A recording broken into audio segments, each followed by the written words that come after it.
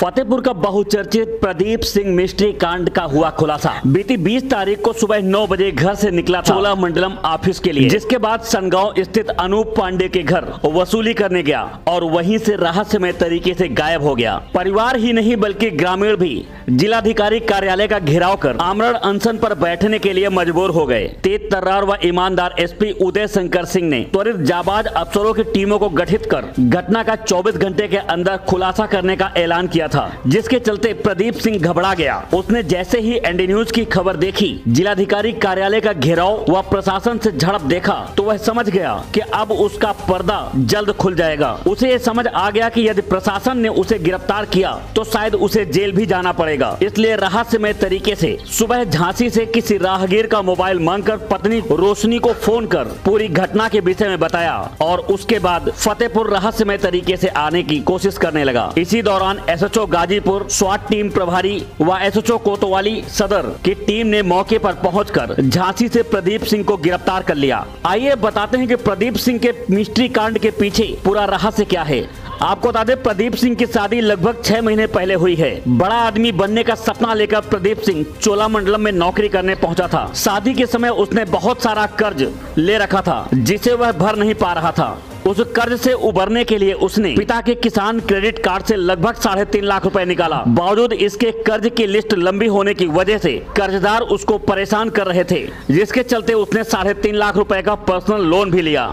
बावजूद इसके कर्जदारों की लिस्ट समाप्त नहीं हुई तो उसने 20 तारीख को सनगांव के अनूप पांडे के दरवाजे पर बाइक खड़ी कर हेलमेट और चाबी देकर पेट्रोल लेने के बहाने वहां से निकल लिया। जिस समय वो वहां से निकला उस समय उसके पास लगभग चोलामंडलम का 45,000 रुपए था। 45,000 रुपए लेकर वह गुड़गांव पहुंच गया, जहां पर उसने एक प्राइवेट कंपनी में नौकरी करना शुरू कर दिया। इधर 20 तारीख को जब बेटा प्रदीप घर नहीं पहुंचा तो माता पिता द्वारा 21 तारीख को गाजीपुर थाने में गुमशुदगी दर्ज कराई गई, जिसके बाद से प्रशासन लगातार उसकी लोकेशन ट्रैक करने की कोशिश कर रही थी। प्रदीप सिंह बहुत ही होशियार था। उसने अपने मोबाइल को पहले ही स्विच ऑफ कर दिया था। फतेहपुर से स्विच ऑफ करने के बाद प्रदीप सिंह ने अपना फोन नहीं खोला। 24 तारीख को जिस समय ग्रामीण एकजुट होकर जिलाधिकारी कार्यालय का घेराव किए, प्रशासन ने तत्परता दिखाते हुए प्रदीप सिंह के पूर्व लोकेशन के आधार पर प्रदीप सिंह के उन दोस्तों को संपर्क किया जिन दोस्तों से प्रदीप सिंह ने गायब होने से पहले बातचीत की थी। इसी दौरान प्रदीप सिंह ने जब सोशल मीडिया पर ग्रामीणों द्वारा जिलाधिकारी कार्यालय का घेराव व प्रशासन से झड़प के वीडियो देखे तो वह समझ गया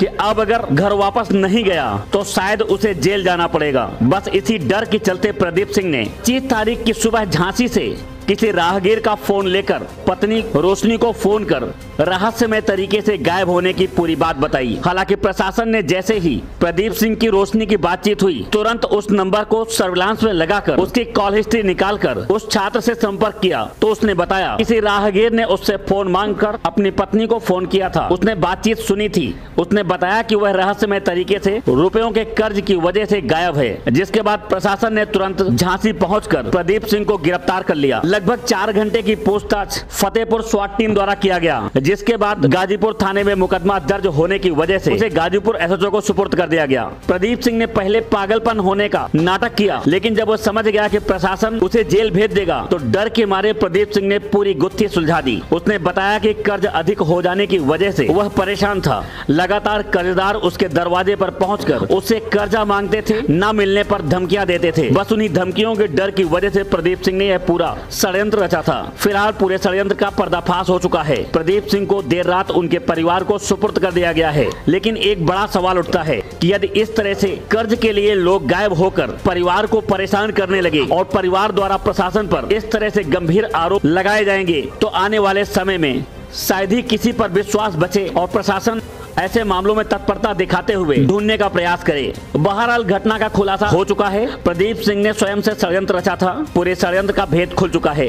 अब ऐसे षड्यंत्रकारी प्रदीप सिंह के ऊपर कैसी कानूनी कार्यवाही हो, आप हमें कमेंट कर जरूर बताएं। बने रहें एनडी न्यूज के साथ और देखते रहें देश दुनिया की ताजा खबरें सबसे पहले करें। इस खबर को अपनी आवाज दी है राजन सिंह ने। इस स्टोरी को फतेहपुर से एनडी न्यूज के लिए कवर किया है धर्मेंद्र सिंह चौहान ने और उनका साथ दिया है गोलू पुरवार ने। यदि आपको हमारी खबरों के लिए किसी प्रकार का सुझाव देना है तो तुरंत कमेंट बॉक्स पर अपना मोबाइल नंबर लिखें। हमारी टीम आपसे जल्द संपर्क करेगी।